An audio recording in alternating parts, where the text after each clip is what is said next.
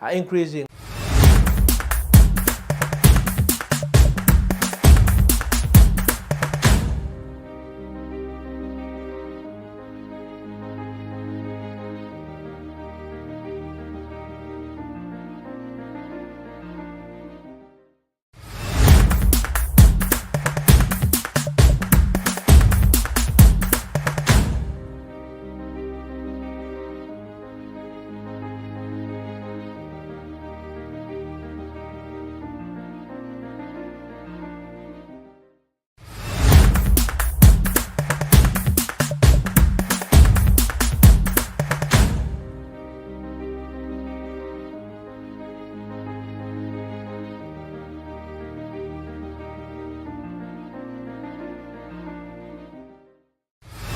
High People remains one of Uganda's and indeed Africa's most dynamic brands and organizations. The innovations and initiatives are increasingly renowned for their positive impact towards transforming lives and livelihoods around the continent. Our annual High People Music Awards are recognized not just for their critical acclaim and prestige that they bestow on their winners and nominees, but as one of the longest serving awards and celebration. We are proud to grow from strength to strength, celebrating and transforming brand to brand, name to name. A number of artists have grown to influence millions of Ugandans and Africans as a whole. Remarkably, the story we started as a digital online store to distribute and share content that was locally brewed and created by our indigenous Africans has turned out into a livelihood of every creator of content, be it music, film, drama, TV, name it. The 11th edition comes with thankfulness. It's been quite a journey. We thank our long-standing partners that have kept believing in transforming the music industry and the creative arts industry using digitization. We also thank God, our longest serving sponsor, for making this happen every single year. I'm proud and excited to let you know that the nominations for the 11th High People Music Awards are now open for every one of us to suggest and bring forward the most outstanding acts and artists that made our year.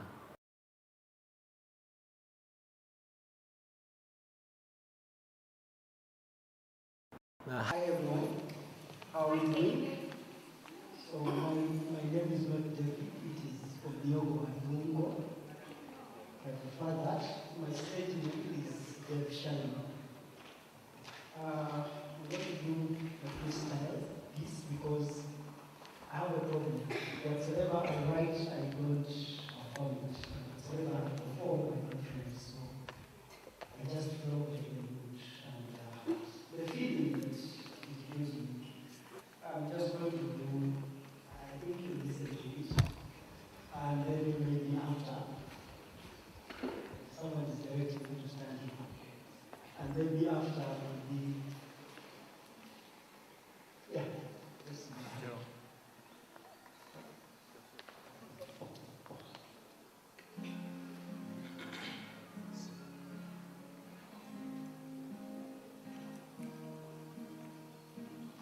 A familiar melody that many of us understand, feel, know, relate with, for it's a song of love that one has to touch the soul of another. But does it even make sense if we do not know what love is? Maybe my whole is just a missing piece from your emptiness, and that is what I only desire and need at this moment. Maybe my nothingness is a simple whisper from your lips to my ears to ensure that I still think and reason the way I'm supposed to. Maybe nothing exists and it is only you and I that makes life meaningful. Maybe by the touch of your hand does not ensure my body functions the way it has to, but makes my mind have thoughts of the future. Maybe I'm just drunk, but if I am drunk, then you are my Nile special in that downtown bar. And if so, just continue being that Nile special, for it is something worth drinking each time. Or maybe at the end of this road, there's no back, there's no backing down, there's no tomorrow, and this is the only time we have. Maybe the one seated next to you is the one meant for you, or the one going to bring the worst pain in your life. Just maybe hell does exist, but the beauty of it is two burning souls in love, spending eternity being tormented, but still being upheld by what they term as love. Maybe love is me, maybe love is you. Maybe we don't know what love is. Or just maybe I am the man of your dreams.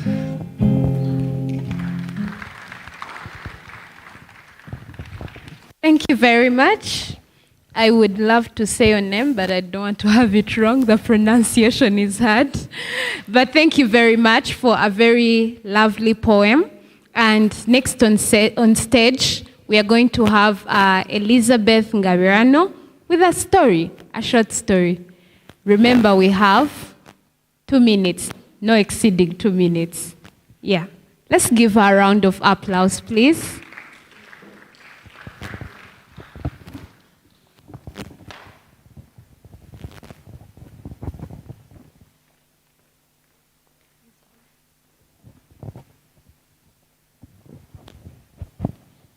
Hi, you can hear me.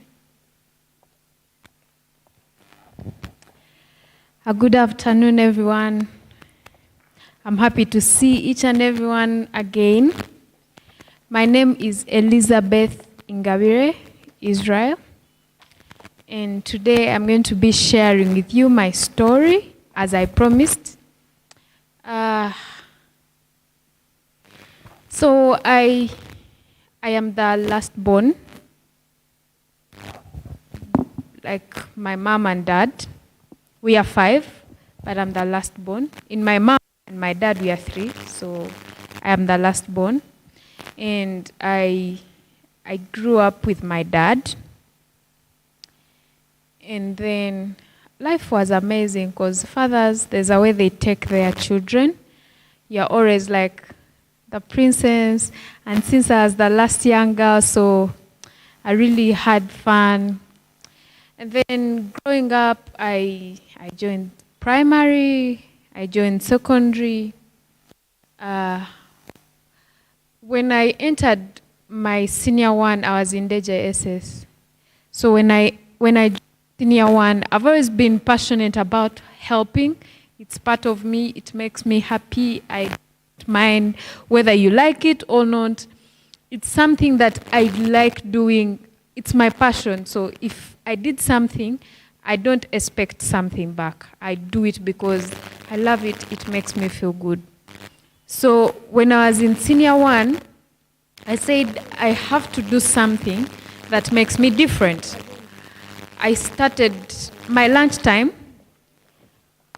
I started to volunteer, like in the sick bay. So I would take my time. Instead of going for lunch, I would run, get food for people who are in the sick bay. And then they have food, they have lunch, so that they can have medication.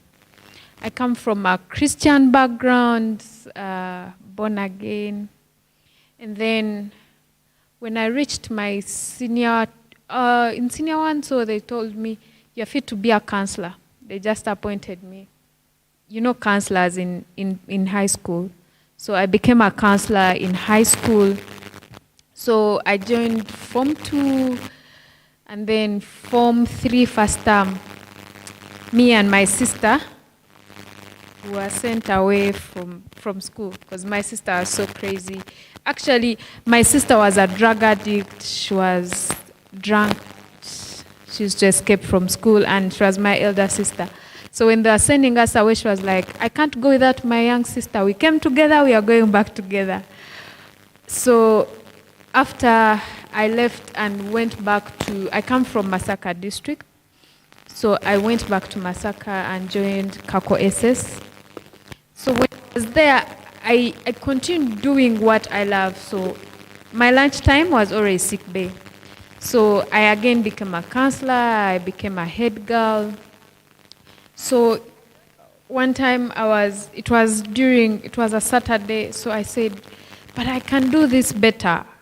So in the holiday of my senior 3 second term, I went to referral hospital, like Mlago referral. So I could, there are patients who do not have anyone at all, so they are alone. So I could wash for them clothes and then go. Maybe I could cook food and then go. So I was having a chat with someone. She was like 30 years and I was in senior 3. So she was telling me her life of how she got HIV. No one likes her. She doesn't have a friend. Probably she's going to die the next day. So I started bringing for her food every day. So in the process, I said, I can do better and I can help very, very many people because it's part of me. I went in senior 4, that was 2015. I went and registered as a youth counselor, LC3. Anyone coming from Masaka? Yeah. So Katwe Butego. So I stood as a youth counselor. But I remember that day, I was wearing my uniform. It was a green dress. And I was wearing my butter stockings and shoes. And I am competing with a banker. This is a banker. And for me, I am a student. I do not know the field out there. All I know is I can help because it's what I feel I can do.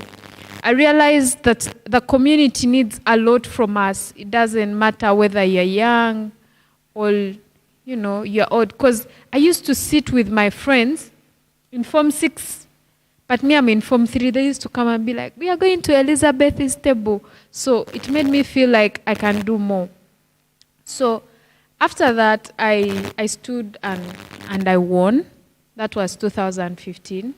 And I was like, oh, I can do something. So what I did in that term, because I am a student, I can't do much for the community, but I need to do something. So I was able to get for them, like near the barracks, we got free venue footballers, and then we got jerseys, basketballs, for volleyball and football. So in 2017, after I joined Masaka Secondary, in 2017, my mom died. She died of cancer. So when my mom died of cancer, when she had cancer, actually, when I met my mom in 2016, I felt so because she had cancer and she had heart failure. So I turned out, I got depression, and then I got a bit of traumatized, and every time I was only thinking about my mom. So I remember after my last exam, it was art, because I did art. I went, they called me, they're like, let's go right now. So I met my mom and she died. Like, she just told me, oh, you're here. Learn to love. This is the only word she told me. Love everyone regardless of who they are. And just keep helping. She's like, let me rest. So me, I kept on waiting, thinking she's gonna wake up. And then she died. So when my mom died, I then started hating my dad and my father's family because I didn't have that time to stay with my mom. So I was like, how does it feel? Why didn't I grow up with my mom?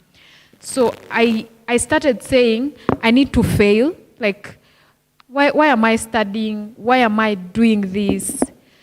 I started becoming so aggressive even on myself.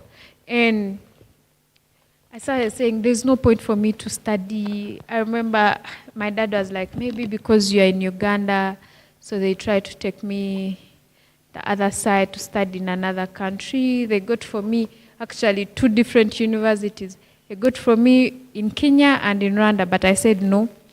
I remember when I went to Kenya, I spent there 3 days. I'm like, no. I came back to Uganda. I didn't even tell my family. But why am I sharing this story? It's a personal story, but to me, it makes a lot to me. It means a lot, actually. I realized when I was there, and I'm going through a lot, I didn't have a friend by that. I am a friendly person, so after that, I started being so lonely. And then I almost started drugs. I was going to start drugs. I was going to start drinking. So one time, my friend told me, God, Momo was seated there. She's like, you know, there is no one who can love you more than you love yourself.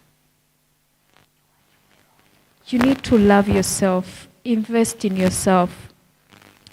So I realized, I'm like, oh, now I'm wrong. So I started watching people like Munji. I started watching Sadhguru. I started watching, there's a guy called Les Brown. I started watching Oprah Winfrey. So in that same period, because when I was joining campus, I was like, let me just go because my family, I need to give them something that I have studied, but not because I want to study.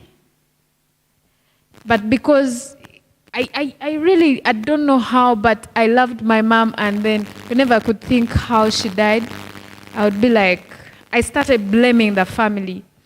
And I realized that most of us, we blame families, minus even knowing why. Why did my mom and dad separate? Or you don't take time to think through and be like, why am I going through this situation? Or why am I facing this? So when I watched this, I got so touched and decided to turn. Like, I started loving myself. I started taking myself out. I would get money. I go like to CJ's. I sit. I ask for a drink. I get this. Maybe if I want this nice cloth. So I said the only way I can do something that can impact people is going back to my old me. Help people, do this. Yeah, so I joined campus. At first, I actually remember I registered for a diploma. I'm like, I don't need a bachelor's. Like, honestly, I didn't see the importance of reading. It's not that I was not brilliant in class. I was always the best in class. Always number one. I used not to even read. I used to attend class like for 1 hour and move out, just go sit in the compound. So when I finished my diploma as the best in class, and then in my last semester, it was my turning point, and I decided to create my own relationship with myself and focus on myself and know what I want.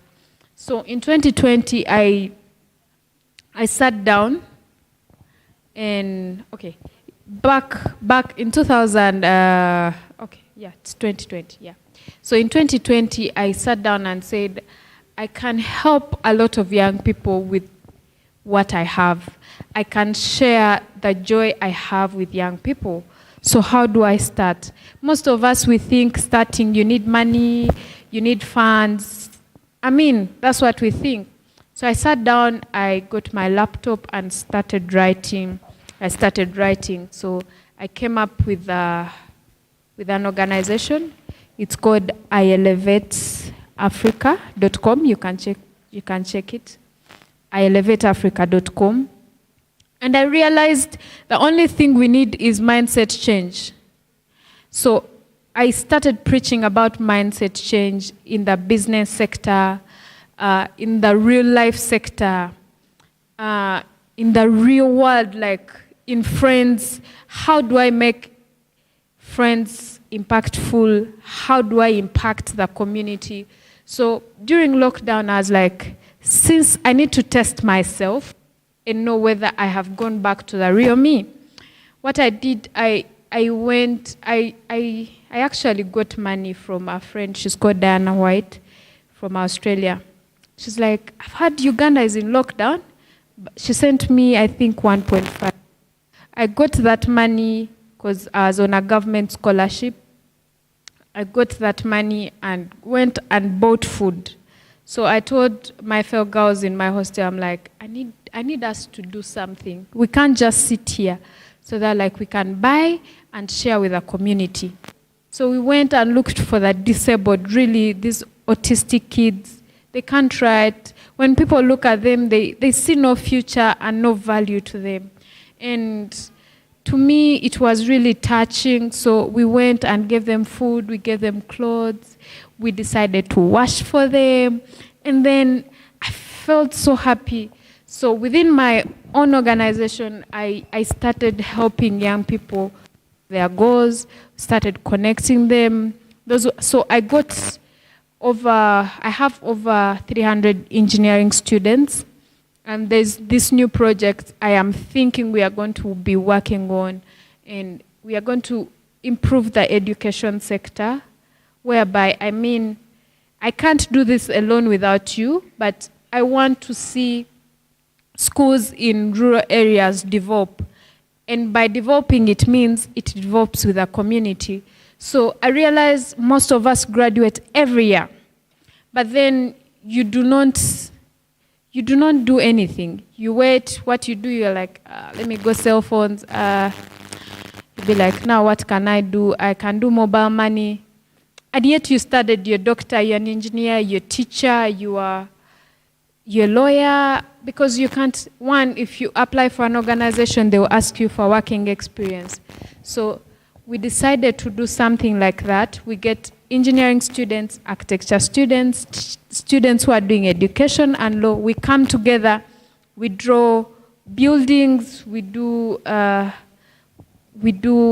different things from different universities.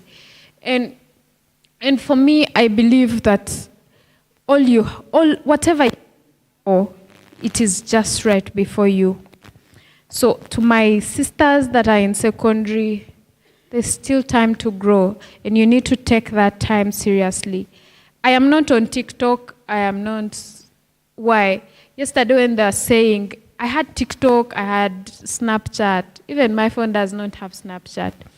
But this is what I do. Every morning when I wake up, I listen to something that is going to impact my life.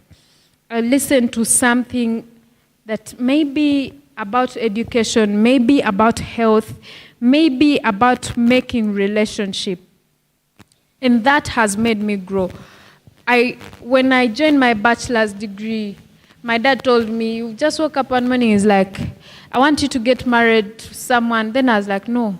I changed my mind. Now I love to study. And because I was the best student now in class, and I'm like, I can do this.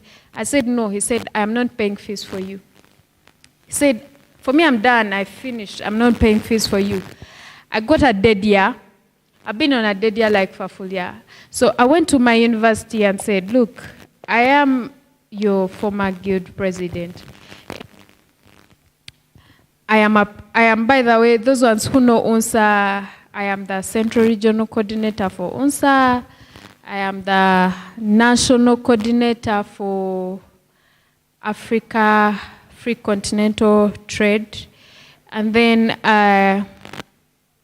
so I said, I want to study and make a difference. I want to tell people my story, not getting ashamed of why I am studying and why I am making a change. So I told my dad no. My dad told me, okay, me, I am done with paying fees for you. And I stayed home for entire full year. I got back now to 0. Now I was going somewhere, I got back to 0. And this time, I am in my 3rd year. I'm joining my 2nd semester. But in that same process, I remember that's the time when I met Innocent. And he told me something. He told me, people do not believe in themselves, but you can make a difference by what you are. So one time then we were having a chat. He's like, what's wrong? You don't sound fine. I'm like, honestly, I'm on a dead year and I don't feel good. I really want to study because I'm the best student. My GPA is 4.57. I need to change. Then he was like, you will do it. And what happened is I was there seated, stranded. I'm like, I need to do something. I got someone contacted me from LinkedIn and is like, hi, Elizabeth. I'm like, hi. He's like, are you studying? I'm like, no, I was studying, but I'm on a dead year. He's like, why? He's like, I don't have tuition, but I'm waiting upon the Lord to provide. He was like, okay, so I am going to pay for you your entire fees. I've never met this person, but what I used to do, I used to make, she knows, she used to tell me, we have this youthful event, how do we make it? I'm like, it's about entrepreneurship. Let's go, people, let them learn. I go. I don't mind whether I have transport or I do not have. The problem is, young people, we think everything is going to be delivered to you. So you end up thinking, if you want money, you're going to become rich. All these people you see that are successful, they really worked hard. They slept hungry. They read like nothing. They gave in time. They gave in attention. They looked for people. Some went to offices and they were bounced. I remember I went to State House and sat and said, I am here until when I meet someone, anyone who's going to change, because I am a good student. I need maybe a loan from the government, but because I'm in a private institution, they can't give me a loan. And then they told me, no, you can't be helped. I can show you, just that I've not come, I have all those documents. I said one time, I'll show the nation. But today, I am going to graduate, and with a first class. Yes, I'm just waiting for graduation for my bachelor's. And yesterday, my dad himself was telling me, for real, you are studying. I'm like, just wait for graduation. I need you to witness. Because I need to show him that I can do what is impossible. I'm not saying that disrespect your relatives, not me, right? But there are some things, if you're seeing this is not going to draw you to your future, do not go there.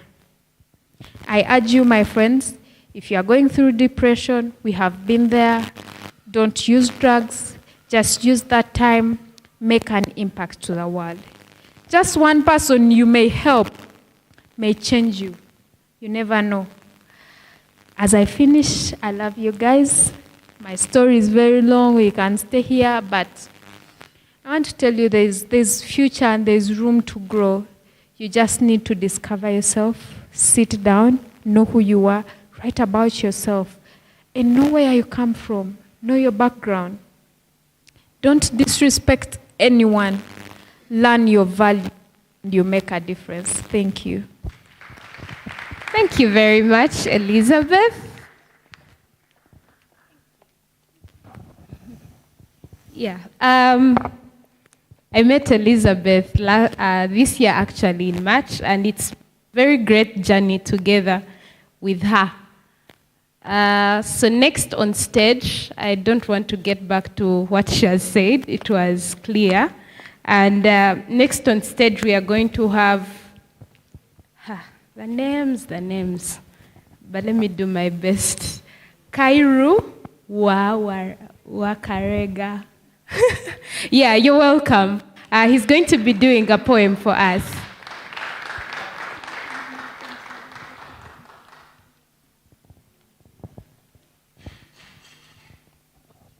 Thank you. You've actually pronounced it correctly. Although in Kenya you pronounce it with a little more twist. It's Kairoa Karega, but you're allowed to say Kairu Karega.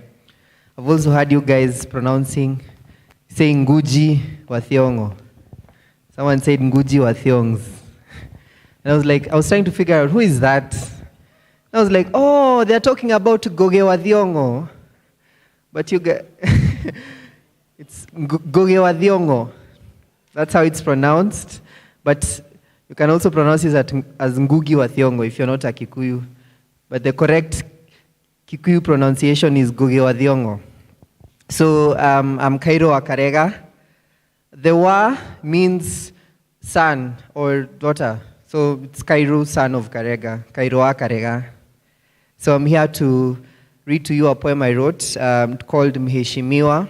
Mheshimiwa means honorable in Kiswahili. So it's basically used to refer to honorables, elected representatives, MPs, and the rest.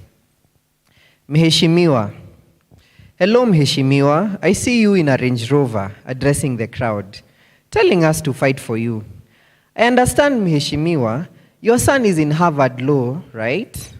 My son, Kamau, is in the government district school you refuse to connect electricity to. He's doing an artisan course. We could not afford to take him to university. So, Mheshimiwa, we don't have the energy and resources to fight for you. I miss eating my ugali.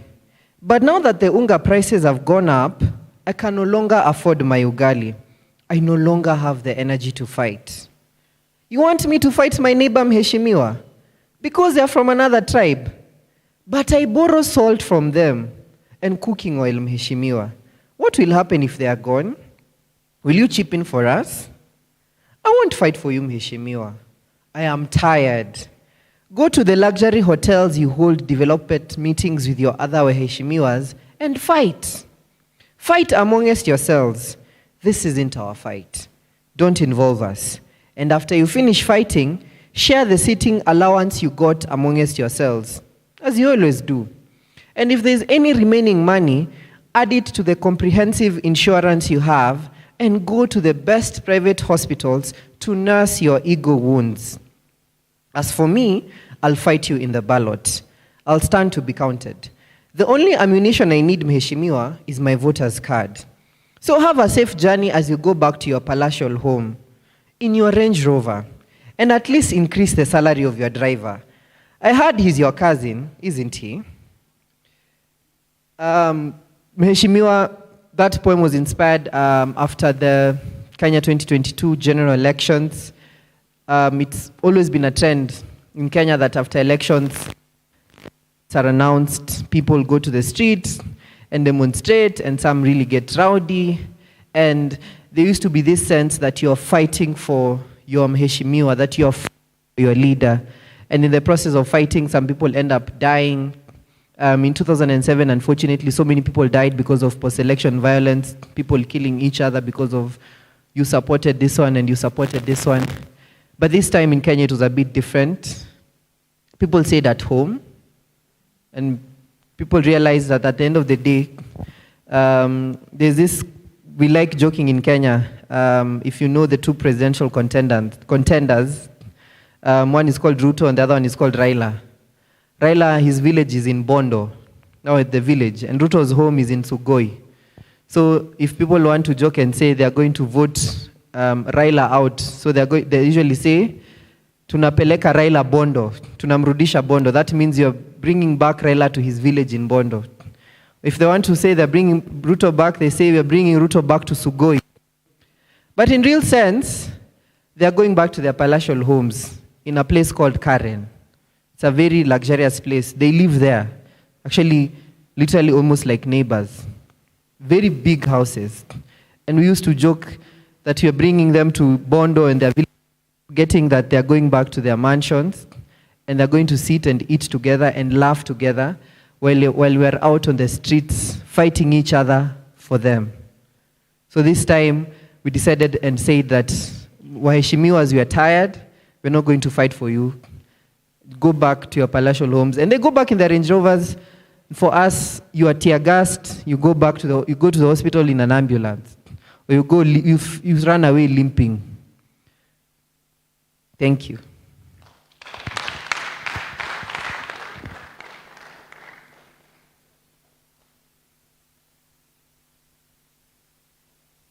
Thank you very much. That was lovely. And in the house, we have Readers Africa chapters.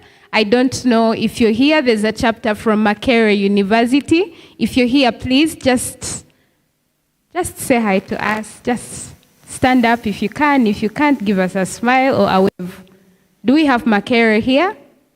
Yay! We are glad to have you. We have Readers Africa chapter from MOOPS,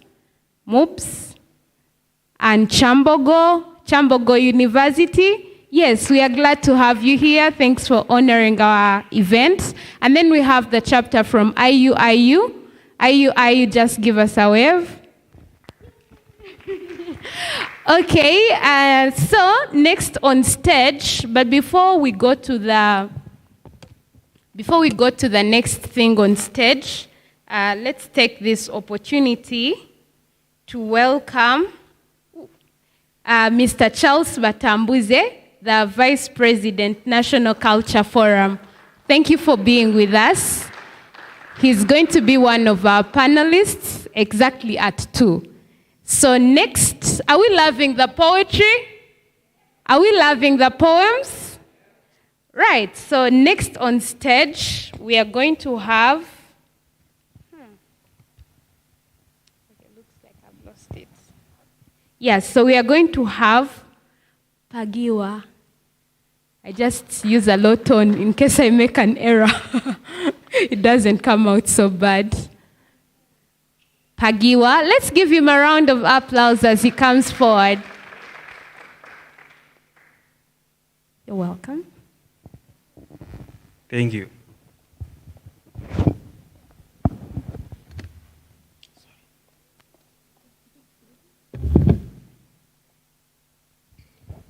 Good afternoon, Africa. In Zimbabwe, if you want to say good afternoon, you say Maswera say. So, Maswera say. Thank you. I'm going to recite a poem titled The Toe. This is our land, our motherland, beautiful like the scarlet of dawn. Come over, let me be your tour guide.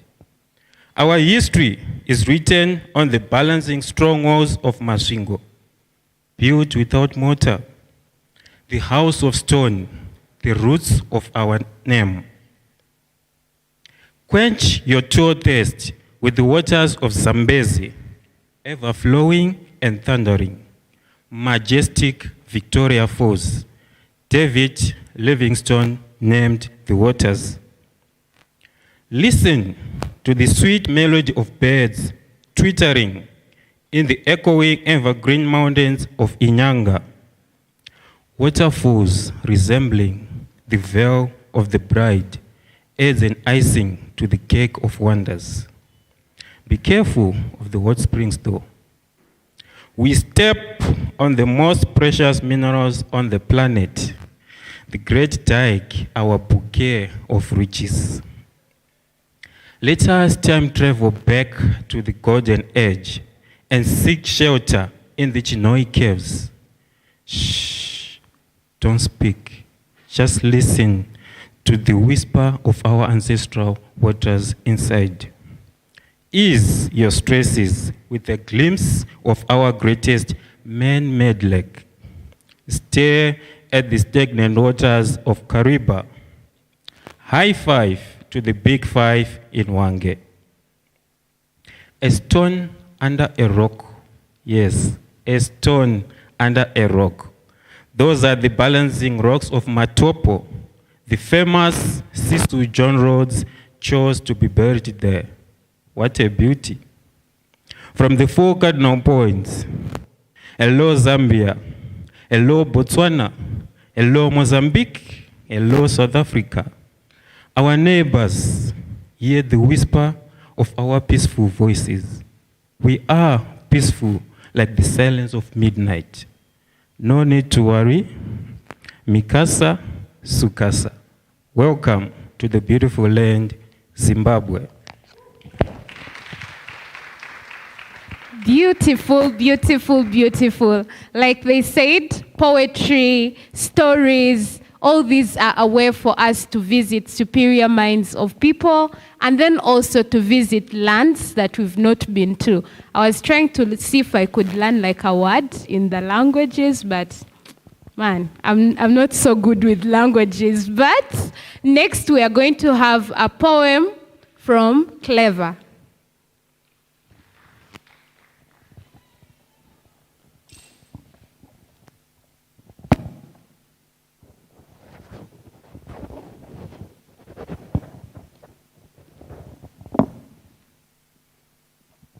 Thank you so much. Hello, everyone. Hello, everyone. My name is Clever, and I go by Kalinda Luzi. I do Luganda poetry. I'm a spoken word artist of Luganda poetry. And good thing it relates with the that we've been following this afternoon and today. So I wouldn't find the need to translate what I'm doing today. This piece is called Our Roots. Imagine that you were there.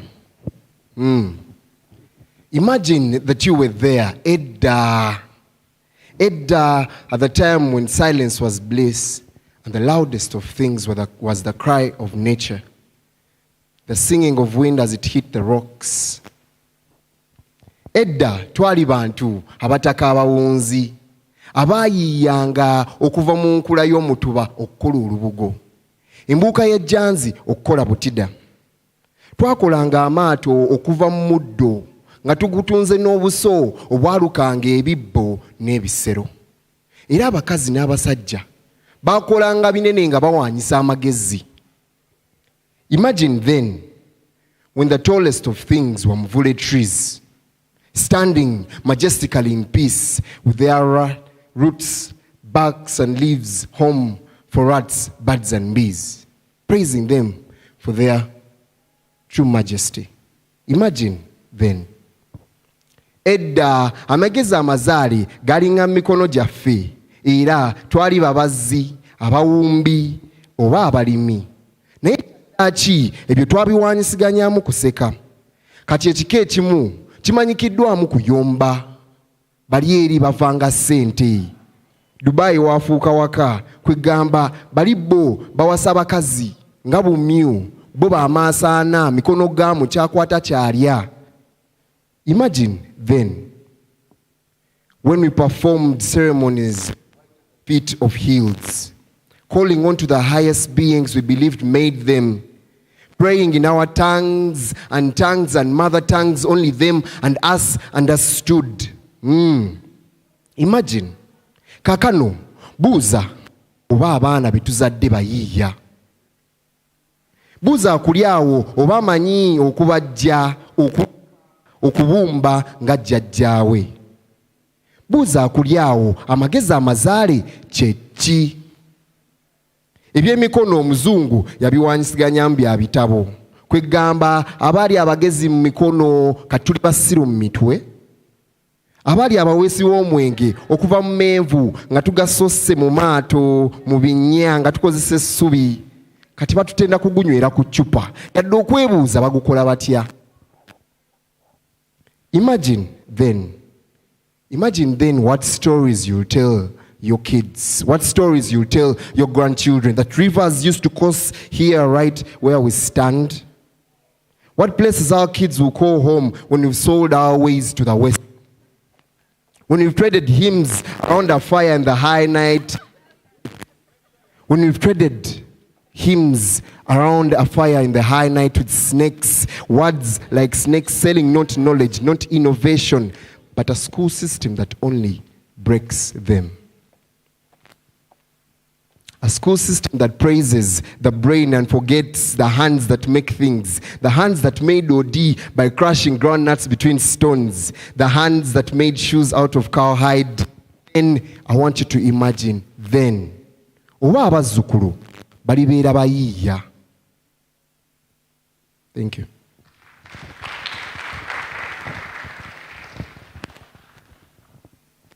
Thank you very much. Ananki. Tahinduka, you should bring one in Ruchiga. Where is Tahinduka? He ran away. I thought he would also bring one in Ruchiga. Thank you very much for that lovely poem. Next on stage, we are going to have Kalinda Luzi. Kalinda Luzi. It's you again? Oh, okay. You can come after Asiku Francis. Asiku Francis, are you here? Yeah, so after Asiku, Menrietta, you can be preparing. Hey, we forgot about the round of applause. We do it for everyone. We don't forget. Yeah, and we do it until they reach the stage. Yes, it takes so much.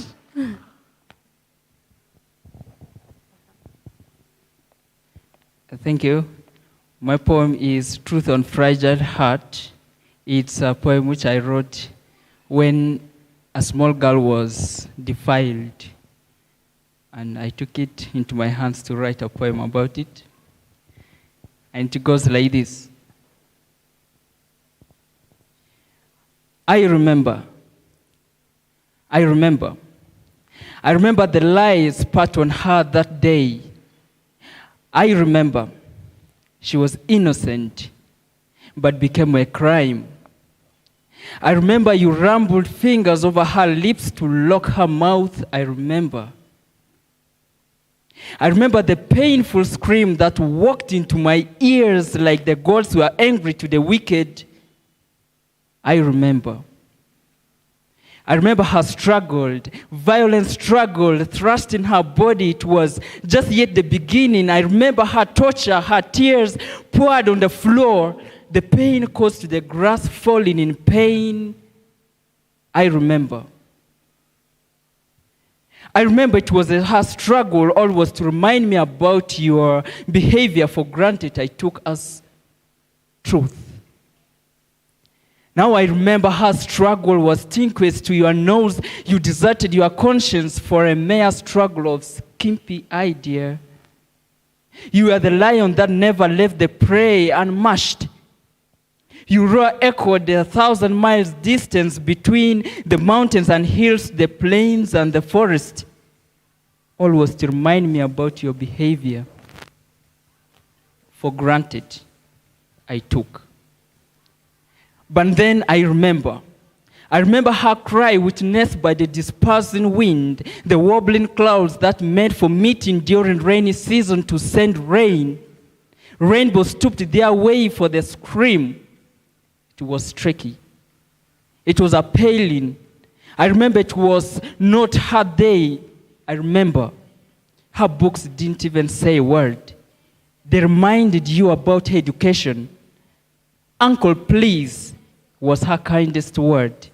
But with pastries you deceived, tentative intention to exercise your marshal. Happy enough to learn she's just 9, and you know you uncle traditionally even further. You sat her on bed and clothed her clothes, and you removed her more, and she asked the type. You said blue balloon pastries to carve a strong spear. You surveyed, perched on your couch, shot a strong shot target, boom! As she was pacing between her sacred thighs, broke her to pieces like a fallen glass in Barnabas' restroom. It was a pain. She was broken to little uncollected pieces. She can't be collected. She can't.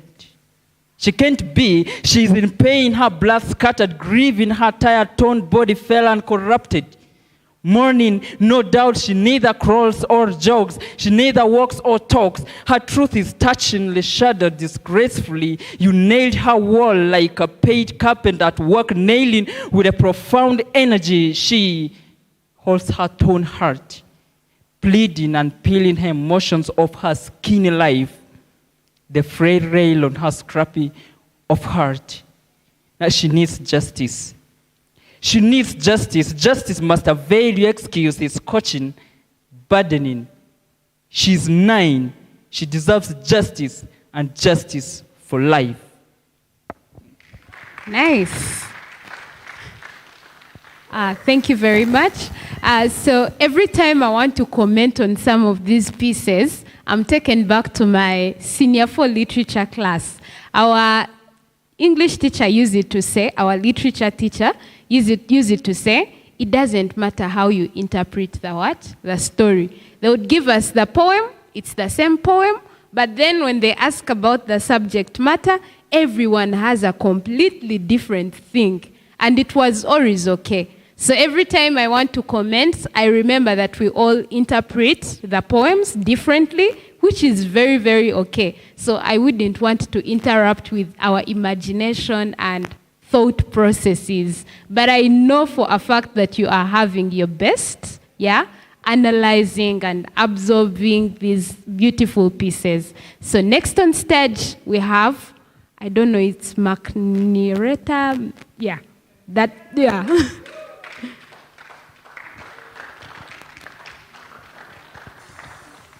Yes, we do it until they reach the stage.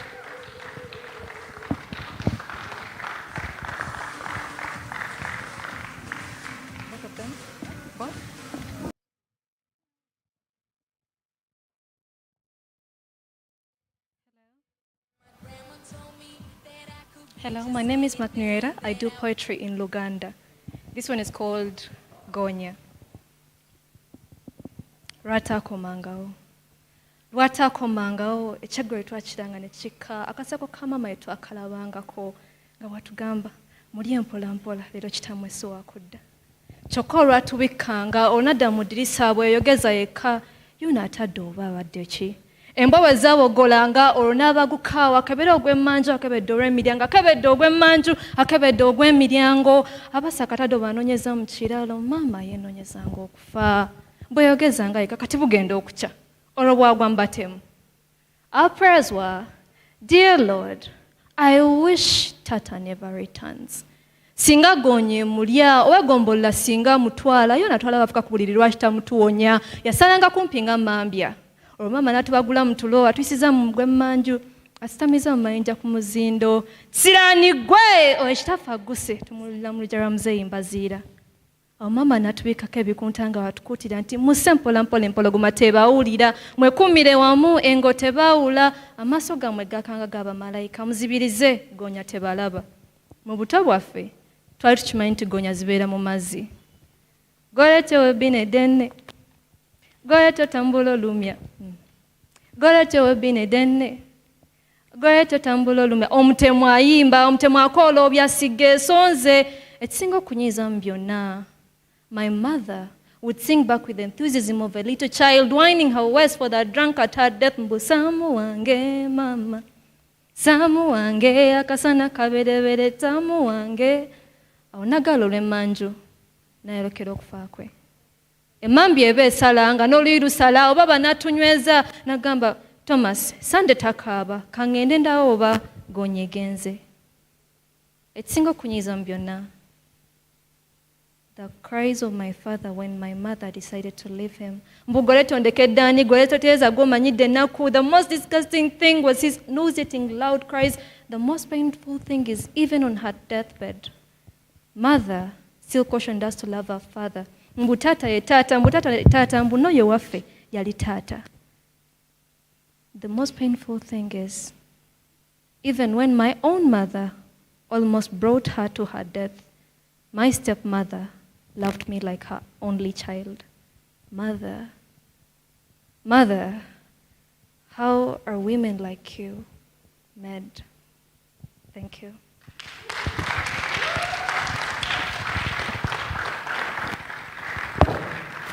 Thank you very much. Imagine if we all had write-ups or poems of our languages.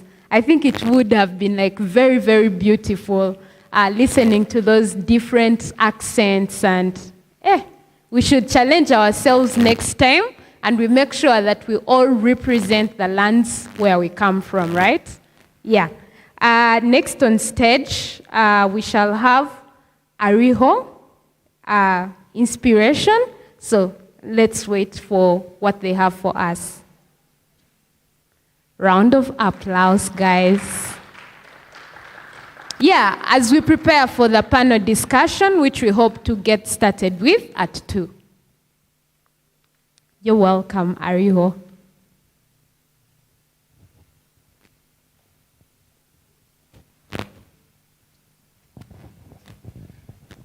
Yes, good afternoon, everyone. Do we have energy or we don't have energy? I'm more of a vibe person. Moina vibe. Yeah, okay, I've seen people making presentations in their local languages, and it's romantic, it's sweet, it's very beautiful. Yeah, so let's give the same energy. Yeah, do we have people who speak English here? Go manyolo zungu muri munda ne waweru. Eh? Okay, good afternoon, ladies and gentlemen. To those who know English, good afternoon. Guys, anyone who knows Swahili? Habari za mchana? Luganda. Who knows Luganda? Jamhuri. The lady there knows Luganda. Jori Nyabo. Batoro. Do you have any Mutoro? Orikurungi? Yes, do we have Banyaranda inside here? Yes. Umezute. Banyankole. Where are they? Banyankole, Bachiga, something like that. Hey, Mudile Muta. Yeah, okay. I also want to show you that I know some languages. I'm studying. I don't know French yet, but I would have greeted you in French. I only know, is it Bon Appetit? Yeah, we have to do the important things. Well, the lady talked about me inspiring you people. Yeah, that is difficult. I'm of a Pan-African. I'm a 22-year-old boy. I wouldn't want to call myself a man because I'm still under the shelter and accommodation of my parents. Two very loving young people. Yeah. I'm the current speaker of the Cavendish Law School, Cavendish University, Uganda. I'm in my second year pursuing a bachelor's of law. I dabble as a youth leader, and I got an invitation from Madame Ingabire Elizabeth to come, today, having followed what was being spoken on TV about the Africa Readers Conference. One thing, I don't want to inspire you guys, as I said earlier on before, but I feel that it is very great for us to be Pan-Africans. Whereas poetry is beautiful, whereas poetry is energizing, whereas poetry allows you to get your freedom of expression and expose it to the world, it is way better when you put it in the African context. When you bring it in your Luganda, when you bring it in your Swahili, when you bring it in every language that you feel free with, there is always that extra spice added to it, yeah? You saw when they came here, the lady and the gentleman before, and they made their presentations in Luganda. It was moving. You felt that, I think for the ladies, you're saying, I should date this guy. He's handsome, yeah? But he's handsome, right? I know the ladies, you'll tell him after. And the lady came here dressed in white, looking like an angel. She was looking very beautiful, with a nice smile. She gave us some songs. I don't know if it was a song, I don't know poetry very well.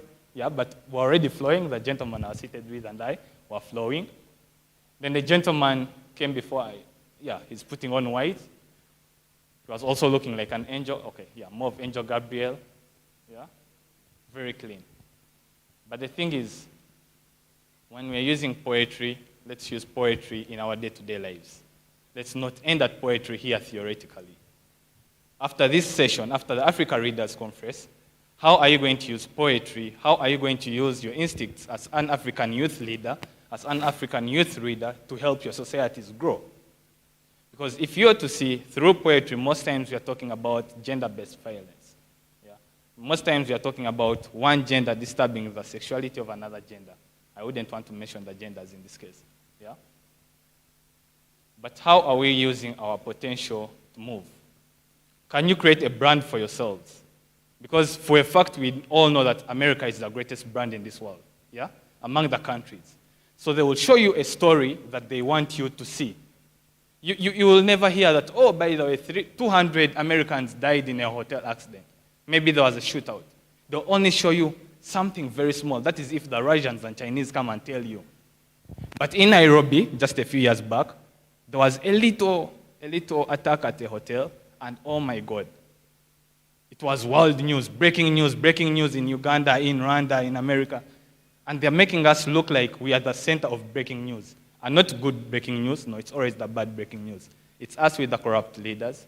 It's us with the illiterate children. It's us with the best images to portray on their monkeypox advertisements. It's us that are dying of COVID. We are the devils of the world.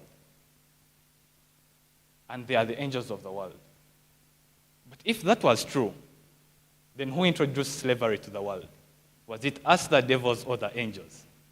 Yeah? It was the angels, as they say, who brought immorality to us Africans. It wasn't us, the devils, it was the angels, as they call themselves. Who introduced, maybe I don't know, who brought homosexuality into the world. It wasn't us, the devils, it was them, the angels again. Yeah?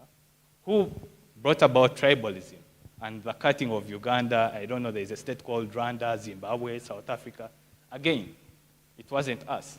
They took our identity, and maybe truth to be told, after this conference, when later on in life you're very good, I don't know, how do they call you? Poets and everything, you're going to be called by the United Nations, oh, come and we make the world a better place. And in your mind you'll say, okay, now I've survived potholes, I've survived, I've survived the bad economy, I've survived corruption. They make you see your own countries as a shithole.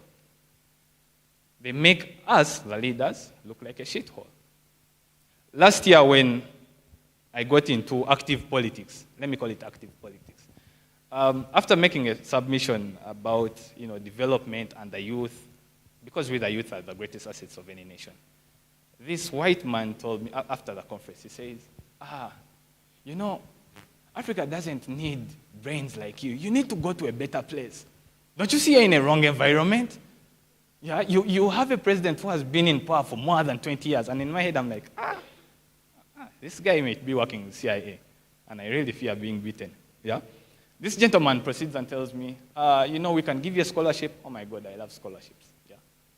I said, Yeah, so you see, when we give you a scholarship, we shall give you, is it a wellness fee? They pay you. I said, So in my mind, I'm like, okay, so I'm going to touch dollars. You guys, dollars are good. I've never touched, but I see in the movies, people kill one another for dollars. Yeah? And after a short while, he tells me, this is a center for destruction. Africa has been a center for destruction. Your countries don't support your talents. But we can groom you. You can become a human rights activist. I love the word human rights activist. 2 months after that, when we got into the human rights activism I thought we were doing, I got to realize that we were human rights activists for the LGBTQ. Lo and behold, my career ended with them. My scholarship dreams ended. Yeah.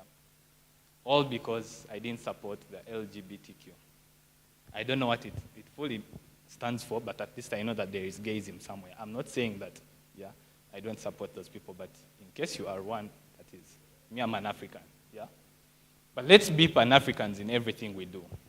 The lady came here and continuously reminded us to clap for our friends to come here. Had it been a white person, just there we would all stand up. Oh, the mighty has come. The most beautiful is going to give us the good English. But we have failed to embrace our very own. And in most instances, we are still going to fail to embrace our very own. Even when we grow up, you will pass the same message to your children.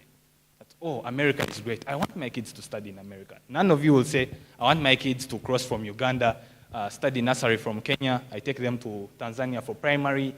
I take them to Rwanda for secondary. None of us. It's because we are all centered with the ideology of Westerners being greater than us. However, let me tell you guys something. The difference between African leaders and readers that want to change society is that they use messages from these conferences to impact change in their societies. I kindly pray that after this society, you don't just sit with the knowledge that you've gotten from here, with the beautiful poems you've gotten from here. Get a message. The lady made a message. The gentleman made a message about, I don't know, an uncle trying to rape or raped even his, youngin. Let's take these messages and develop our societies. It is very crucial for us to fight for our youth. Let us fight for them for the future of Africa. Let's rebrand ourselves. Let's become more of the Pan-Africans. I am a Pan-African and I'm proudly a Pan-African. Reason as to why I'm a Pan-African is because I love Africa. And there is nothing as beautiful as being African. But I'll never go to a conference and speak in Luganda or Nyankode. No. It's because, well, we have already embraced, our elders already embraced a certain setting. But let's be more African than we are today. As our leaders are discussing about regional integration, let's implement it. Let's implement it. Let's build on it. I can see very beautiful ladies inside this room, very handsome gentlemen, very brilliant people. We have, I don't know, are you from secondary? Are you in secondary? That's beautiful. I thought maybe you're going to give us a masterpiece in uniform. So I just wanted to be sure if it's secondary or, sorry for the inconvenience. So, after you come to Makerere University, it's a very good place. I'm from Cavendish, but I'm telling you, it's a very good place. Please come around and study. Yeah? I don't want you to lose hopes. But anyway, coming back to the point, people, let's read enough and enough. I was discussing with my brother Garang and telling him I expected to find this room filled with very many people. I expected a total of maybe 100 to 150 people. And this is what Garang told me. It wasn't a shocking response. He's my friend, I know him. But this is what he told me. Well, people don't like reading, especially Africans. With all that said, I hope you pick a message. Please don't be in the very many people that don't like reading. Once again, my name is Aruho. Disregard the Christian name. I beg to submit.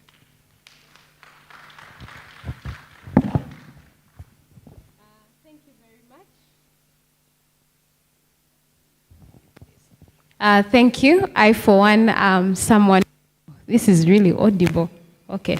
I, for one, am a person who is so passionate about an African mindset, ensuring that us as young people, us as youths, we are contributing towards achieving an African identity. So thank you so much for your submissions. So at this point, we are really honored and glad to have almost all our panelists for our next panel discussion. We already have Kohens Mugisha, the moderator for the panel discussion.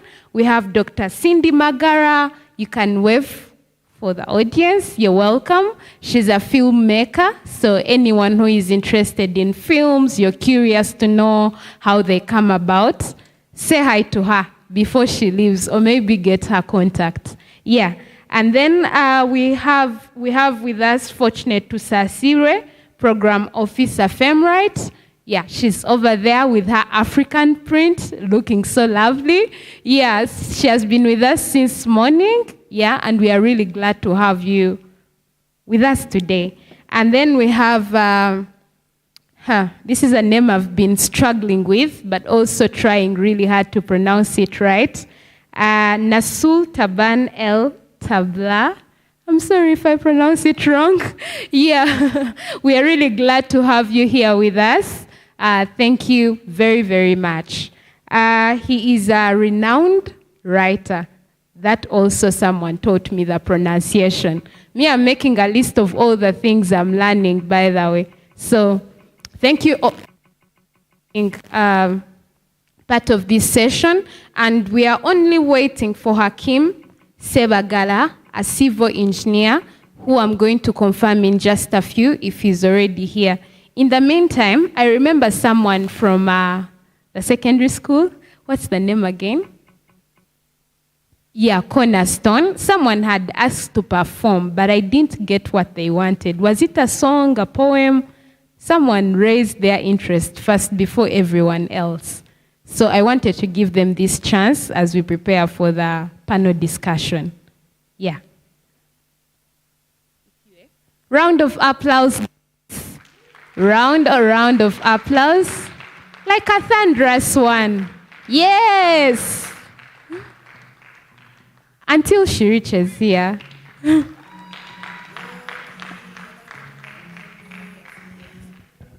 Good afternoon, everyone. My name is Ampere Esther, a Form 5 student at Cornerstone Leadership Academy. I'm going to do, it is much more of motivation. So I'm going to talk about don't judge them. A very big man who is known to be a criminal kills people mercilessly, slaughters them just like goats, once remarked, "Under my coat lies a heart that would not hurt anyone." And you wonder, why this very person with such a record makes such a remark? So you ask yourself, what have we always done? We've always judged them. And most of the times, we have never stopped at any moment to think the reason behind why they do what they do. We simply judge them. But then, one big man once said, don't judge them. They are just what we would be under similar circumstances. So before you judge someone, first stop and ask yourself, what have you contributed towards making them who they are? What have you contributed towards making them do what they have done? So I would urge each one of us to be able to listen to someone before we pass judgment, appreciate, and love. Let us be slow to pass judgment. Smile at everyone who seems to be broken, because there is no person that deserves a smile much more than that one who is left with none to give. Thank you so much.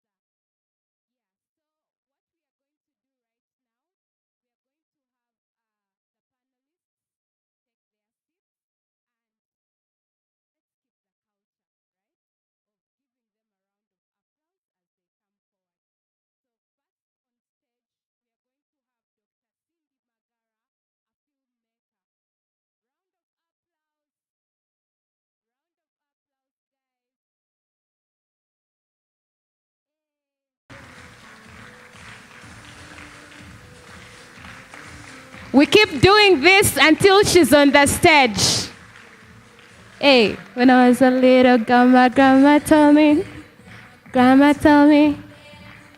you're welcome to African Readers Conference 2022. Make yourself comfortable anywhere. Yeah. Thank you very much. And then next on stage, we are going to have Charles Batambuze, Vice President, National Culture Forum.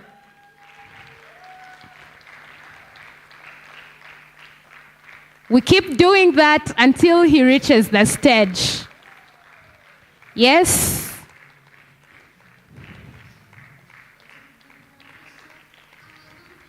I need more energy from the audience. Yes. Thank you. You're welcome, Mr. Charles. Next on stage, we have Fortunate to Sasirwe. In her African prints, looking so lovely. A loud hand clap as she walks her walk of pride and confidence. Fortunate to Sasirwe, we are glad to have you with us. She's the program officer at FemRights. Next, we have Hakim Sebagala, a civil engineer. At Readers Africa, diversity is something that is dear to us. Yes, we have people in different categories. Thank you so much for honoring our event. And then lastly, we have Nasul Taban El Tabla, a renowned writer. You're all welcome. We are really glad and honored to have you on our event and the panel discussion. We do it until he takes his seat. Yes, we do it until he takes his seat. And then lastly, a very important person, Kohens Mugisha, who is going to be the moderator for the panel discussion. Let's make it louder than that. I know we can do louder than that. Okay. Thank you very much. I'll now hand over to the moderator, and I wish you all the best. Enjoy.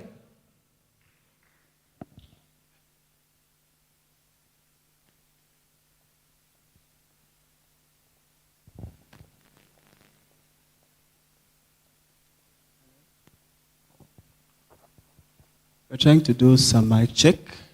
All right. Thank you so much, Sabrina, and everyone in the house. After checking, I'll hand over. Hello? So for now, I'll hand over this mic to one of us. We'll be sharing this in turn. Yeah. Happy to learn we have another one there, so it can keep rotating. All right, I've already been introduced. My name is Kohens Mugisha. I am a teacher, a passionate one. I'm also a mentor and an edtech enthusiast. I also do lots to do with speech and debate coaching. Today, I'm very privileged to moderate this discussion, I think for the second time. When we held the first ARC, I had the privilege to moderate the Readers' Innovation Roundtable. And this time, we had called it the Writers' Innovation Roundtable Discussion, but we later changed to a multi-stakeholder roundtable discussion. Don't mind, we do not have a table here, but this is round, okay? It takes the shape of a round figure. That's what makes it a roundtable discussion. So whatever we're going to have tonight is going to be a multi-stakeholder discussion. On the panel, as already introduced, we have educators, we have content creators, we have analysts, we have readers and writers. So calling it still writers would be an understatement. I want to welcome you, our esteemed panelists, and thank you for honoring the invitation and coming in time. Please, let's give them a round of applause. This year's ARC 2022 theme is that we want to look at how best to maximize Africa's literacy potential through digitalization. But one key thing that we shall be focusing on, or the sub-theme that we have here, is that we want to see how best do we address the needs of a modern reader. We have had times where people, get into conversations and you'll be like, okay, for a reader of 1990s and 1960s, and a reader of 2000, a reader of the 20th century and a reader of the 21st century, do we have a difference? Have we had some kind of dynamism happening in literacy trends that we need to address?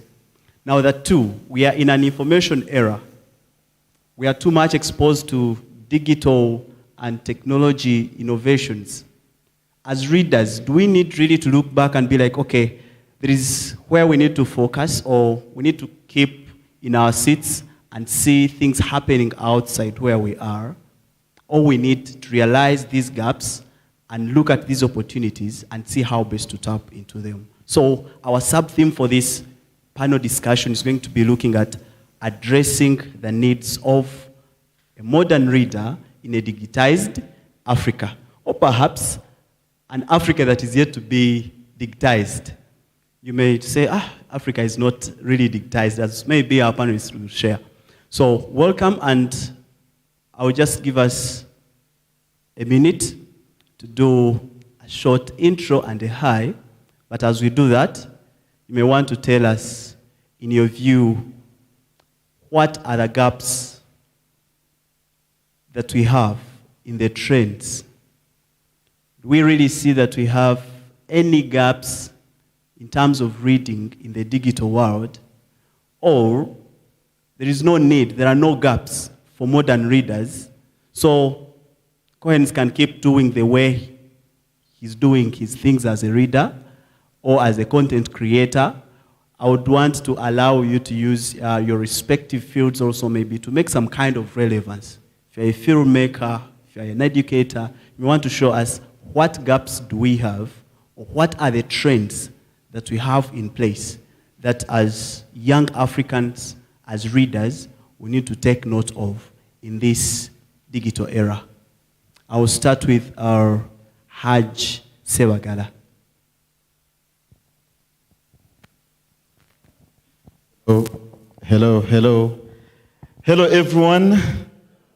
Yeah, my name, as introduced, I'm Al-Haj, engineer Abdul Hakim Sebagara. Actually, I'm very fresh from the Kaaba. I just traveled this year, and you are very privileged and blessed to have someone like me in such an amazing and important discussion tonight. I'm a seasoned teacher of physics, mathematics. I'm a writer, very passionate writer. I've written and I'm very comfortable with writing and reading. I'm an activist for girl child education and empowerment in society. Yeah, I love seeing empowered girls, empowered women, and I run an organization called Smart Youth Network Initiatives. Addressing the gaps in a digitized era and digitized Africa. You realize that if I look at, for example, Uganda, let us not only concentrate to people in Kampala, to people in by districts, who at least can have access to data. There is no way we can talk about digitalization and we separate it from technology. And you realize that if we are to read and access information online, we need to have data. Are the data charges, or are we in position to access data throughout this country?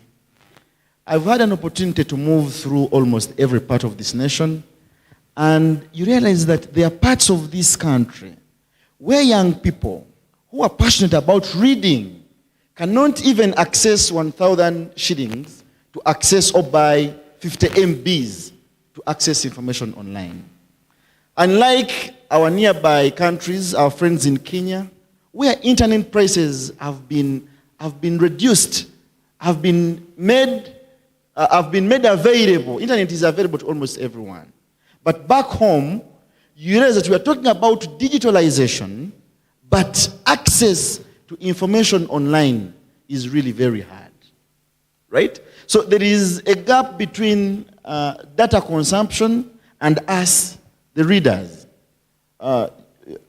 Even the data companies in here, my fellow panelists will agree with me, that you buy, for example, 50 GBs, and within a week, they are done, right? And at a very high cost. So government and individuals who are responsible for this should at least moderate and analyze data consumption rates so that we have access to information. Thank you so kindly. Thank you so much. Very brilliant insights. We'll now go to Dr. Cindy. Thank you so very much. Hello, everyone. Hello, everyone. I'm sure you are told I'm a filmmaker, and I'll begin by directing this video, which they are taking today. For us to make this video look good, we've got to populate one part. You remember yesterday someone was giving a keynote address, asked all of you to move from wherever you are to fill up the seats here. So before I proceed, I would like all of you to come and fill up these seats. These ones push here so that when that camera gives a reverse shot of us, we've talked and they pan to you, they should find the seats full, and whoever is watching this on video online will say, oh, people attended. So can you do that before I proceed? Starting with the two ladies at the back. Ladies, the MC, please get off your phone. All of you here. Members here, let's populate 1, 2, 3, 4, 5. Where the gentleman is. Fill it up to the middle. Plus you members, please fill up this side. So that when that camera moves to your side, it finds that seats full.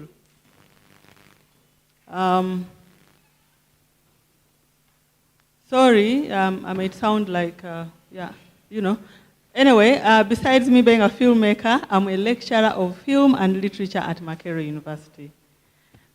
Your organizer is one of my students, and she asked me to come and be here. Probably I might look a little bit like you guys, but I've gone beyond 35 years.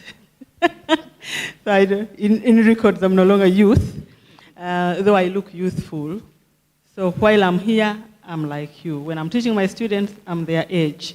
I'm also a mother, so my interest in literature and reading goes beyond just teaching it to what are my children reading.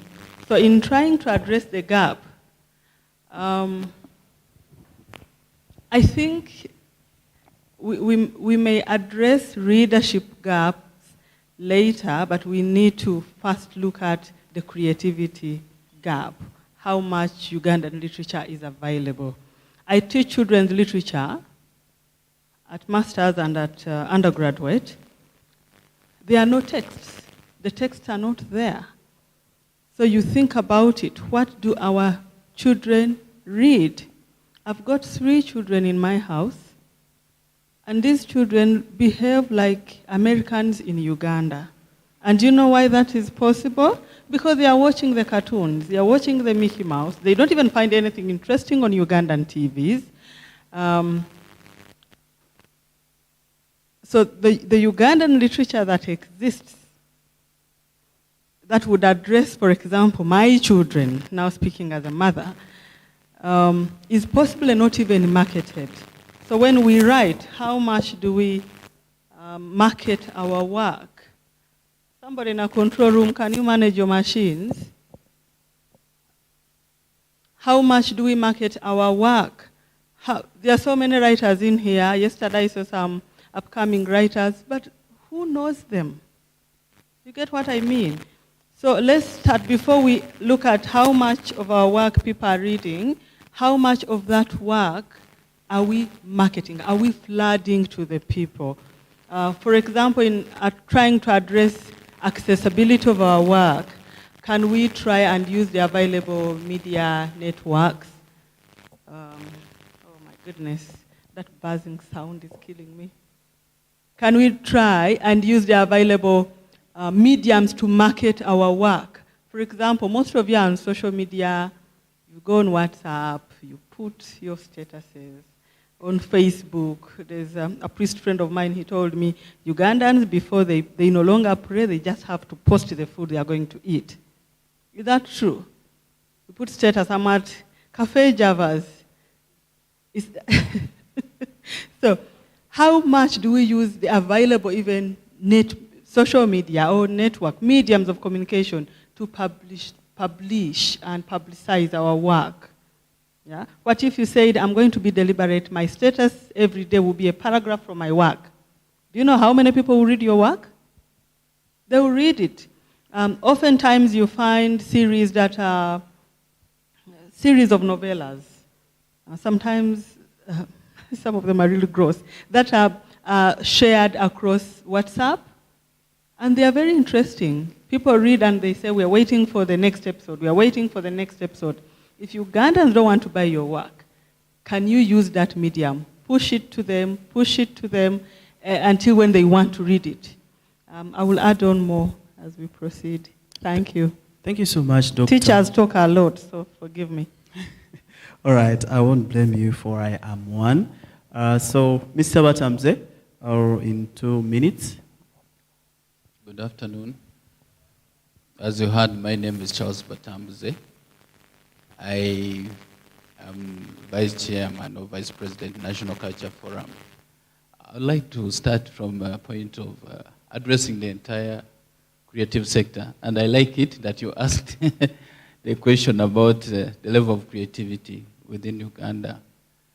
I'd like to say that 75% of people in Uganda are below 35 years. And what has been observed is that those young people are very creative. What is needed is just the, capacity, putting in place capacities to support and nurture that creativity. I would like to say that the entire creative industry in Uganda employs, before COVID, 386,000 people. That is huge. It's almost a government of its own. I'd also like to say that through the books that some of you have written and published, but also through the music, through the films that they do, the visual art and so on, we've been contributing to 3% of the national GDP by 2017. That was equivalent to $849.6 million US dollars. That's a huge amount of money. And we believe we can do better, given better support from policymakers, but also from the budget. We believe we can be the leading sector in Uganda. Just like in Nigeria, the creative sector, music and movies, overtook oil as the leading foreign exchange earner for that country. For many years, South Africa was the richest country in Africa until Nigeria discovered talent and tapped it and used it to change the status quo on the continent. I believe that with our cultural diversity, we have about 65 ethnic groups in Uganda. That is not a disadvantage to have as a country. It's an advantage because we can draw on those different ethnic diversities to tap into the folk tales and use them to create products that amaze young audiences. I work with the National Book Trust of Uganda, where I have worked for a very long time. The Book Trust was actually set up to address a gap that was there in terms of access to books, especially local books. Long ago, it was very difficult for you as a Ugandan, however much you were very persuaded about your abilities, for you to write a book and have it used in schools. Long ago, personally, I don't know whether Taban is in my age group, but we read books from the UK. Even children's storybooks, they were storybooks from the UK, and that was a disadvantage. It was a disadvantage because it trained us to prefer what is foreign more than what is local. Recently, I went to an exhibition for books, and I found a lot of children's books, which I thought is a great step forward, because we need to train children to love themselves, to love their cultures, to love what is local, and also to understand the challenges and the context in which they live, because it is that will get them to be creative about how to change their situations. So, talking about digital, I like what you said, that let's look at the creativity. Last year, 2021, in Uganda, writers wrote and published 1,683 new books. That is huge. But we can even do much better, because the population of Uganda is over 42 million. And if we're only writing and publishing 1,683 books, it means we still have some work to do to get many of you to get those stories out of your heads and put them on paper. I also know that in the digital space, we are not performing so well. In fact, if we were to encourage people to use the e-readers, the gadgets to read, to access materials, most likely we would continue the other thing of domination by foreign literatures. because most of what is available is actually foreign. I looked at the statistics. This is statistics for 2017. The whole of Africa has about 0.002%, in terms of books available on the internet. Now 0.002 for the whole of Africa. If we were to consider just Uganda, what percentage would it be? Or if I were to ask you, how many of you here have their books on Amazon and stuff like that? So we still have a lot of work to do. And the fact that the platforms available, all of them, or most of them are foreign, speak volumes about our capacity to make materials that are relevant to our cultures accessible to young people and those of you that are interested in this subject. I thank you. Thank you so much, Mr. Batamze. I like the informative insights and the statistics. You can't imagine out of 45 plus million people, we only have bits of 1,683 publications a year. There is still a lot. That's a big gap. Yes. Good afternoon, everyone. My name is Fortunate Tsasire. I'm a writer and a programs officer, FemRight, Uganda Women Writers Association. First of all, the world has advanced in technology, and so we don't need to be left behind. We have to advance with it. But on addressing the gaps, a highest percentage we have smartphones, but do we know how best we can use them to put something out there, like blogging, like putting e-books online, etc., etc. Most of us don't have the skills, the IT skills. You can find a university graduate who doesn't even know how to switch on a computer, and it shouldn't be taken for granted, really. So for me, I think government, organizations, and different entities should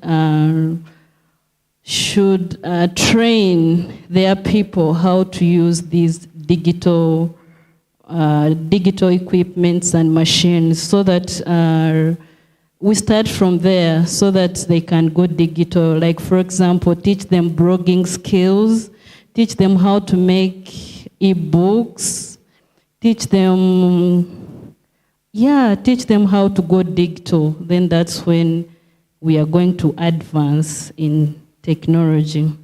On addressing the gaps of a digital reader, for us as FemRight, we make sure that every book that is published is put on Amazon, so that it is accessed everywhere you are in the world, whether e-copy or printed copy. Yeah. Thank you. All right. Thank you so much, Fortunate. We must admit, me learning how to turn on a computer, I think, must have been over 17 years. So, and it's true, I teach, but even when some people have smartphones, using them is also a problem. You can only go to WhatsApp and do social media, but you can't type a document using. So I think that's really a big challenge. Now, to Mr. Eltab, aka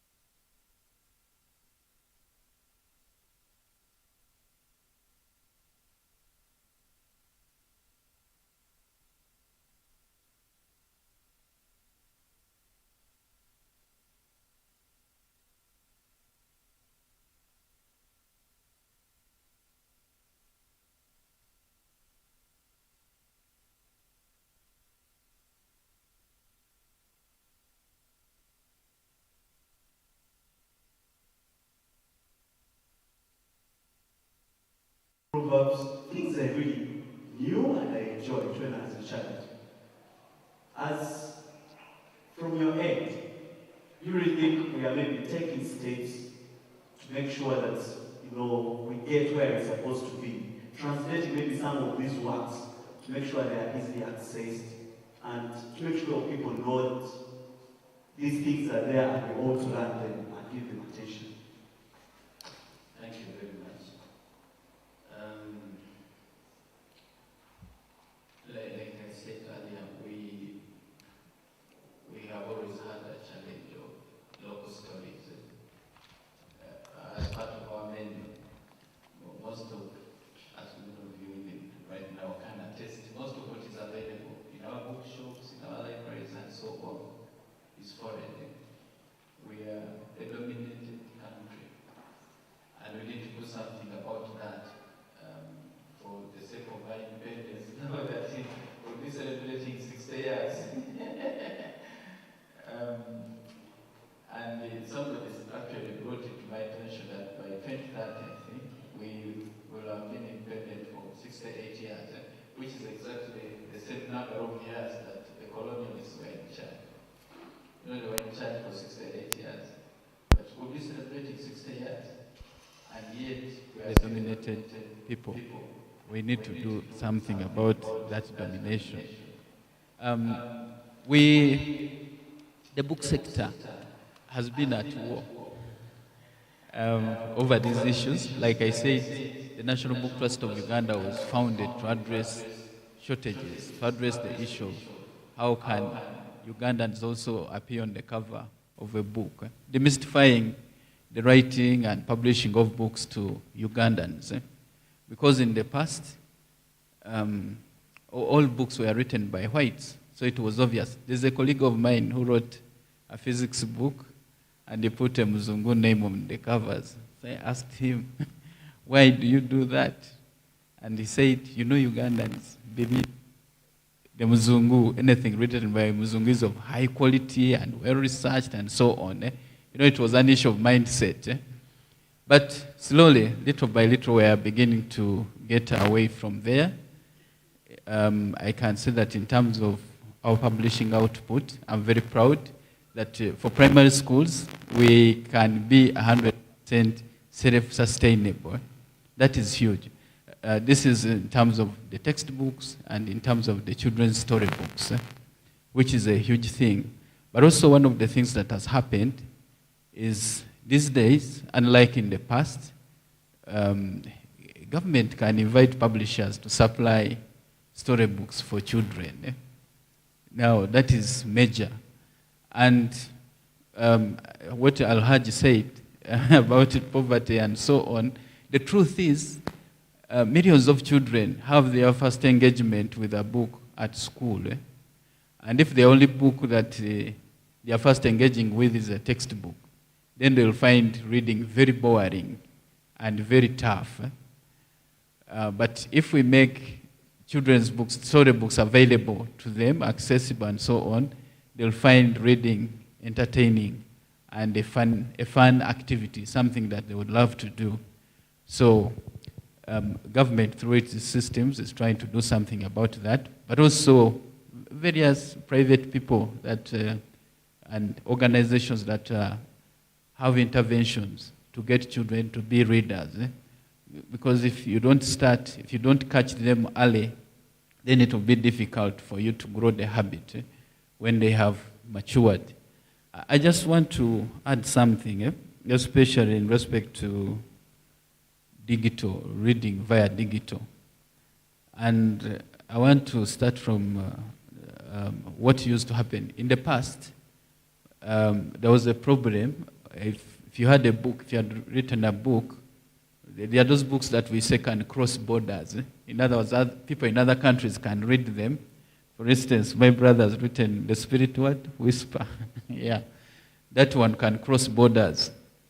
In the past, it was difficult if you were a Ugandan writer or publisher to sell books in the UK and also in North America, if you are based in Africa. And so African publishers, they have a network, it's called African Publishers Network. set up an organization. It's called ABC, African Books Collective. And the purpose that organization was set up was so that it would make it easy for African publishers to sell those books that cross borders to North America and the UK and Canada, wherever. And so the ABC was there. Then technology came, ICTs came in. So in the past, you would have to ship physical copies of books and take them to the UK, in Oxford. And then they'll advertise and sell them to universities and many other places. Now that was cumbersome, and books took longer to get to the market where they were supposed to be. Then in came the technology. Nowadays, all that you do is to send the source file. Then even the printing, they do what is called print on demand. And we did the research here on how we can use technology, the digital platforms as well as print on demand to make books available and accessible to Africans. So that report is there on the IDRS International Development Research Center. Their website, it is there. Okay, maybe as you try to wind up. Yeah, I'm winding up. I'm just giving some examples of interventions that exist within Uganda to get children introduced to gadgets, reading on gadgets. There's an organization called World Reader, which is working with the National Library of Uganda to introduce e-readers in various public libraries around the country. And these e-readers, initially they had foreign books, but eventually they were told that, it's important to have local stories in the collections that you make available to children. So these people have been having discussions with local publishers to include local storybooks on their e-readers. So some of the publishers have already handed over their catalogs to World Reader. So that's an initiative, and it's clear some of the schools in Kampala, others are upcountry, that benefit from this intervention. It is clear that children love to read from the gadget. And I believe if we removed the two challenges, one, the challenge of access to the gadget, because the gadget apparently is expensive. The gadget is $100 or more. If we can revise the cost downwards so that it makes sense for government, for instance, to roll out on a mass scale, several gadgets to schools that have these storybooks, then that issue can be addressed. I thought the other time, you remember when the Kenyans had the election, one of the pledges was a laptop by child. If that thing had worked out, it would have revolutionized book publishing in Kenya, but also in East Africa. Because the Ugandan publishers also sell their books to Kenya. Maybe our publishers would have created their own digital platforms with these stories that they also trade in Kenya. COVID happened, and it was very challenging. In the publishing industry, as far as I know, some of the publishers attempted to do learning platforms, digital. So incorporating the textbooks, the storybooks in those platforms, and making them accessible to school children. Okay. I don't know whether that is continuing after COVID. Okay, thank you so much, Mr. Watamze, for those beautiful insights. So, as we have LTAB, I want to address in a minute. He has largely talked about those that produce. What are we doing to help? Technologically, we are trying cross, but what is happening realistically? Young in Ududa, away from the monetary terms, the content creator benefit from that. We realize, yes, it's a very important issue to handle, but what is actually being done by writers to make sure that even when I have my 1,000, I can have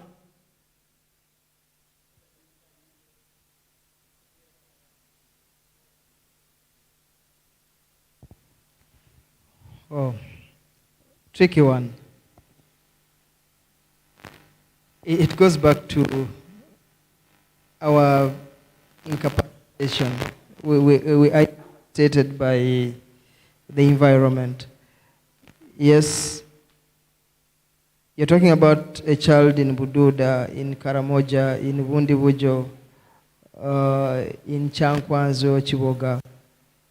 If this child is struggling to have 3 meals a day, will this child put aside money to buy a book? It goes down to culture, though, because the parents in the house, how many of us visit our children at school, and instead of carrying bread, packing food, we have carried a book we thought our child would benefit from? And you get to the school and tell your child, I thought this book would be good for you. Read it. On your friends' birthdays, how many of you gift them with books? Thank you. We are Christians, we are Muslims, and the reason God created us is to worship Him, mainly, at least going by Islam.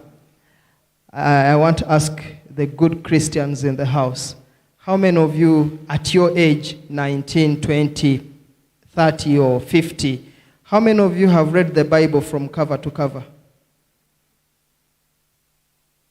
See 2 hands. Oh, 4. The Muslims, how many of you have read the Quran from cover to cover? But I mean, this is the reason we were created.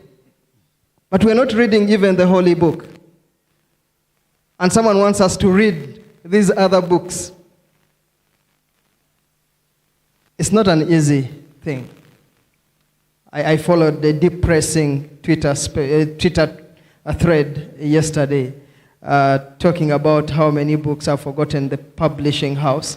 About 5,000 titles have not sold even a dozen copies in the whole year. But someone is publishing. So to reduce the costs of production, for instance, we would hope reduce the cost of a book. I have tiny books here, Sexual Perceptions, Culture and the Law, goes at 25. It's a poetry anthology. This is a novel, The Spirit Whisperer, goes at 30. Why? Because of the cost of production. Yes, we are told government doesn't tax educational material, but the stationery, the paper we use to do the printing is taxed. The ink is taxed. You'll go to the streets to do the printing. You know, I recently published analyzing O-level literature, and it was printed in India, published by